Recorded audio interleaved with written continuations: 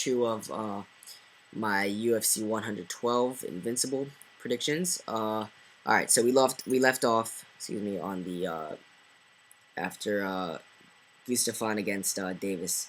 So now I'm gonna do the main card, and if you want to see my preliminary card picks, watch part 1. Alright, so Kendall Grove against Mark Muniz. I'm not that excited for this fight. I guess the main fights will make up for the not so great undercard. But honestly, I don't think much of it. Either one of these guys. Grove, he's hot and cold. Like one day he'll have a really good performance. He looked really good against who was it? Jason Day. He looked really good there.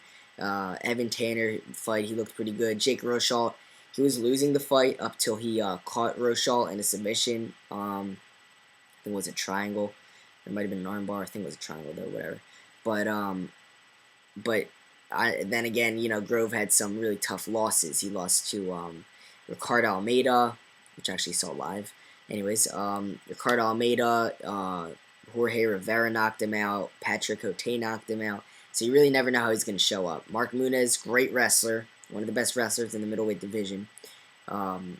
He's 7-1. His only loss was that vicious head kick knockout. Lost to Matt Hamill, but Matt Hamill's a really tough guy. There's not much to be ashamed of there. Trains at Black House, so he trains with like Anderson Silva and Nogueira, so all those guys. But if you look at his credentials, I don't, and then you watch his fights, I think you'd expect a little bit more from him. He's, I believe, 2-1 now in the UFC, but looking at the guys he fought, Nick Catoni went to a split decision with, and Ryan Jensen, those are honestly not really top guys, and I believe that Ryan Jensen is already cut from the UFC, and Nick Catoni, yeah, he's just not that great. So, yeah, I think Grove's going to win this one.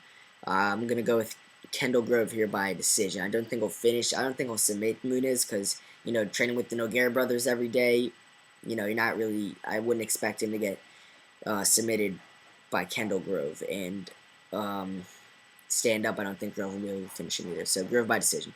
Terry Edom against Rafael dos Anjos, another fight I'm not looking that forward to. I'm looking forward to seeing Terry Edom fight because I think he's going to be one of the top guys at lightweight. At one point, I thought he was kind of, just going to be a gatekeeper after he lost to Rich Clemente, but since then, he's looked really good. He's 14-3. He's, I believe he's a British fighter. He's fighting Rafael dos Anjos, who he's all right. He lost his first 2 fights in the UFC. Since then, he beat Rob Emerson, and Kyle Bradley, but by decision. I think Edom's going to win this fight. I think he's just much more dynamic, much more well-rounded, much more better athlete.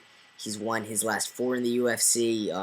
Beat guys like Shannon Gugerty, Sam Stout, Justin Buchholz, a lot of really good fighters. So I'm going to go here with Edom by TKO. I think he's going to finish this one. Next fight of the night, we got one of the main fights, Matt Hughes against Renzo Gracie.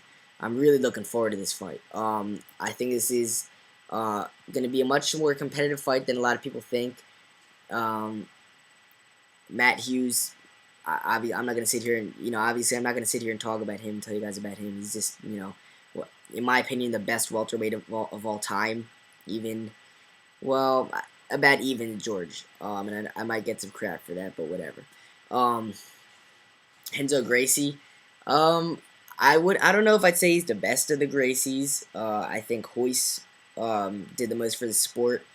Renzo obviously talks a lot of trash, but I like him. He's entertaining. He's been in there with everyone. BJ Penn, Dan Henderson, fought in Pride. He's a veteran of the sport, pioneer of the sport. His last fight a few years ago, I think 3 years ago, he fought Frank Shamrock. He lost by disqualification. He was doing all right up till then. He's probably gonna have some ring rust here.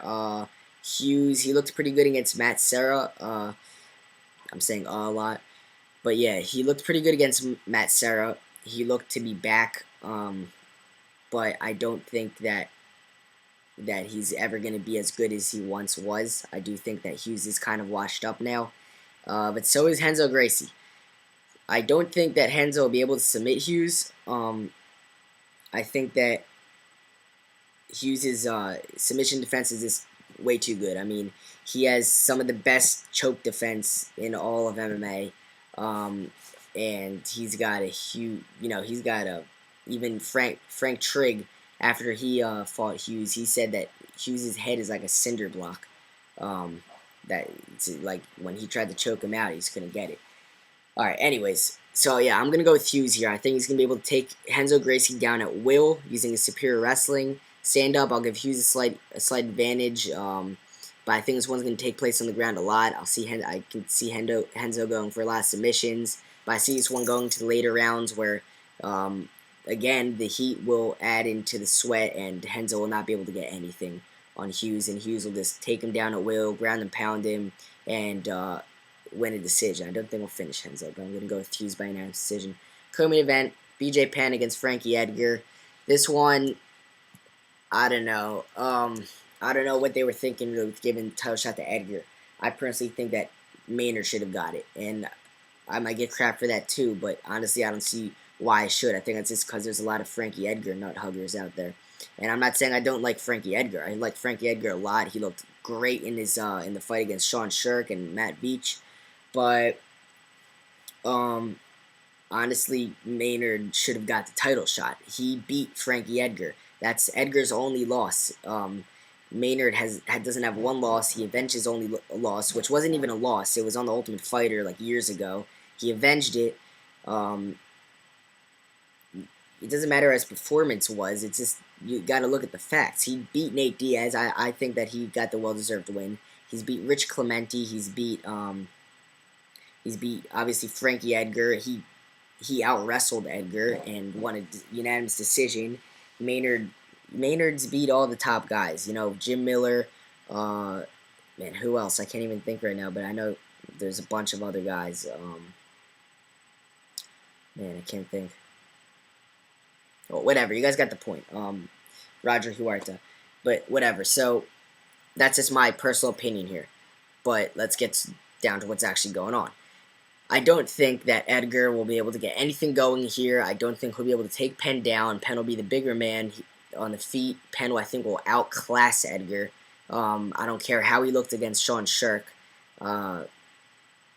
He looked really good against Sean Shirk, but BJ's just on another level. Honestly, I think that Florian and Diego Sanchez would beat Frankie Edgar. So yeah, I'll give Penn the advantage on the feet. On the ground, obviously, Penn will have the jiu-jitsu edge. I don't think we'll submit Edgar. Edgar, he's a tough guy. I'll give him that. I don't think that he's going to be able to catch him anything. Plus the heat again. And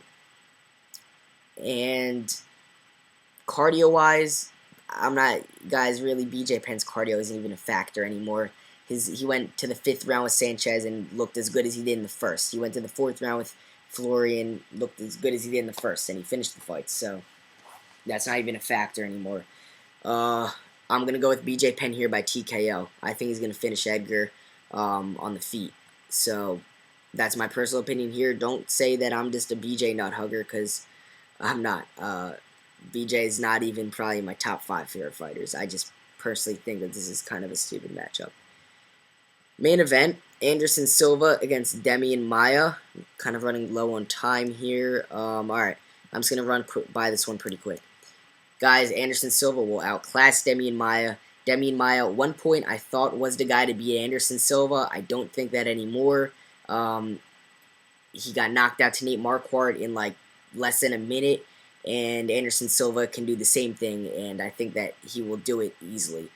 If Maia can get Silva to the ground, yeah, he probably could have a chance at submitting Silva, but I don't think he'll be able to do that. I think that he won't be able to take him down. The only way would be if he pulls guard on Silva.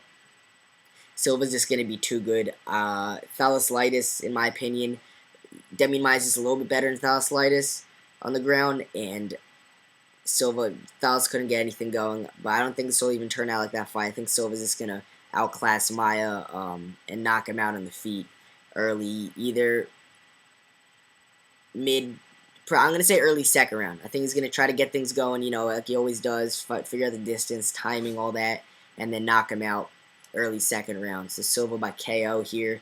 and I don't know who they should give Silva now. I guess if I were to pick somebody to fight Silva in the middleweight division, I'd say give it to Charles Sonnen. But I think obviously Belfort was supposed to fight him. I thought that would have been a better matchup, but whatever. All right, so that's my picks. Please leave some comments. Give me some feedback. This was probably pretty rusty. I haven't done any predictions or videos now for like a good few months, so sorry if I dragged on and saying a lot and because I know I was. All right, anyways, thanks for watching. I'll see you guys next time.